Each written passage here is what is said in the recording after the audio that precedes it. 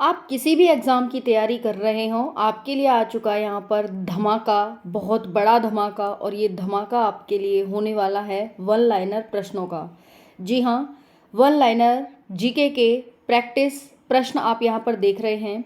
ये जो क्लास है आपकी, ये सभी एग्ज़ाम के लिए, कॉम्पिटिटिव एग्ज़ाम कोई भी हो, सभी के लिए बहुत ज़्यादा इम्पोर्टेंट है। इसमें आपको जीके, जीएस प्लस साइंस देखने को मिलेगा।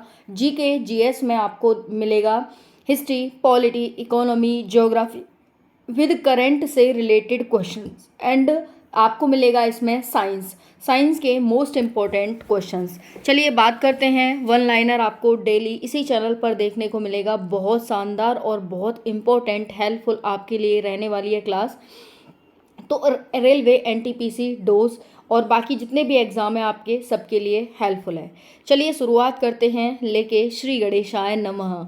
सभी साथी जितनी भी वीडियो हेल्पफुल लगे लाइक कर देंगे। बहुत टॉप मोस्ट क्वेश्चंस हैं, जो बुक आप पढ़ते हैं ना, जो टॉपर्स पढ़ते हैं, वहाँ से मैंने क्वेश्चंस को लिया है। बच्चों में प्रोटीन की न्यूनता के कारण कौन सा रोग उत्पन्न होता है? तो इसका आंसर है मैरेस्मस। पहले क्वेश्चंस को ठीक से पढ़ेंगे।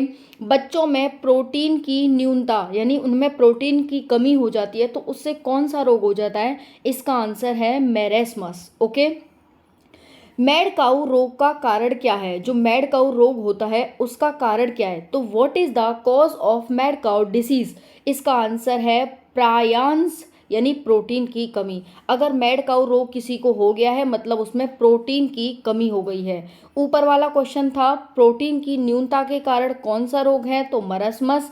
और यहाँ पर मैड काऊ के रोग का कारण क्या है, तो प्रोटीन, ठीक है, जिसे हम प्रायांस भी कहते हैं। तो दोनों तरह से पूछ लेगा आपसे एग्जामिनर, दोनों आपको ध्यान रखना है। यदि एक व्यक्ति केवल दूध, अंडों एवं रोटी का आहार करता है तो उसको कौन सा रोग हो जाता है?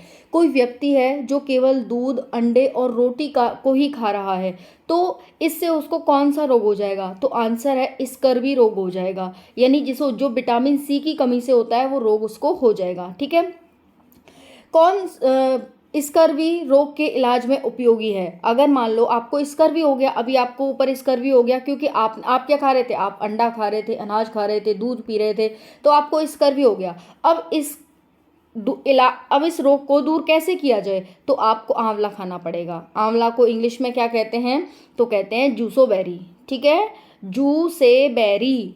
किस तत्व की कमी से घेंगा रोग हो जाता है? घेंगा, जिसमें क्या है, व्यक्ति देखता कहीं है, दिखता कहीं है, देख इधर रहा है, आंख इधर है और देख इधर कर रहा है, ऐसे हो जाता है। तो आयोडीन की कमी से हो जाता है घेंगा रोग। ओके, चलिए नेक्स्ट बात करते हैं। आयोडीन इंग्लिश में देख सकते हैं, और जो भी इंग्लिश पढ़ना चाहे, deficiency of which element cause goitre? तो गोइटर आयोडीन। शरीर में किस हार्मोन की कमी के कारण बेंगा रोग हो जाता है? ये बेंगा है। तो due to deficiency of which hormone in the body बेंगा डिसीज अकर्स। इससे आपकी इंग्लिश भी इंप्रूव होगी। जैसे आप सीजीएल, सीएचएसएल इनका एग्जाम दे रहे हैं, तो इंग्लिश भी आपकी इंप्रूव होगी, क्योंकि आपको बाईलैंग्वेज क्वेश्चंस देखने को मिलेंगे। तो ये शरीर में किस हार्मोन की कमी से बेंगा रोग हो जाता है? हार्मोन का नाम पूछा है आपसे, क्वेश्चन को ठीक से पढ़िएगा। तो हार्मोन है थायरोक्सिन हार्मोन। थायरोक्सिन हार्मोन की कमी से बेंगा रोग हो जाता है। नेक्स्ट है, घाव भरने में कौन सा विटामिन सहायक होता है? मान लो अगर आपको कोई दिक्कत हो गई है, आपके घाव हो गया है, चोट लग गई है आपके, तो कौन सा विटामिन होगा जो सहायक होगा? यानी विटामिन पूछा है तो विटामिन सी हो जाएगा। ठीक है जी, चलिए नेक्स्ट बढ़ते हैं। विटामिन डी का प्रमुख स्रोत क्या है? The main source of vitamin D. तो विटामिन डी का मेन सोर्स पूछा है, जो कि सूर्य की किरण है।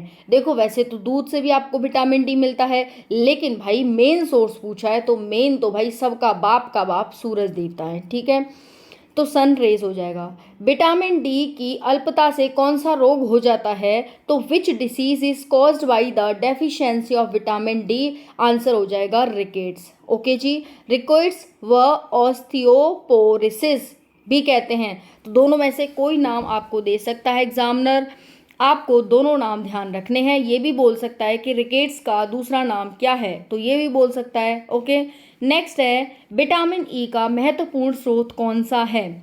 What is the important source of vitamin E? तो विटामिन ई पूछा है, इसका आंसर हो जाएगा अंकुरित गेहूं का तेल यानी व्हीट जर्म ऑयल। ओके जी। व्हीट जर्म ऑयल आपसे विटामिन ई का स्रोत पूछा था। तो ये 10 मोस्ट इंपॉर्टेंट क्वेश्चंस आपको कैसे लगे कमेंट में ज़रूर बताइएगा।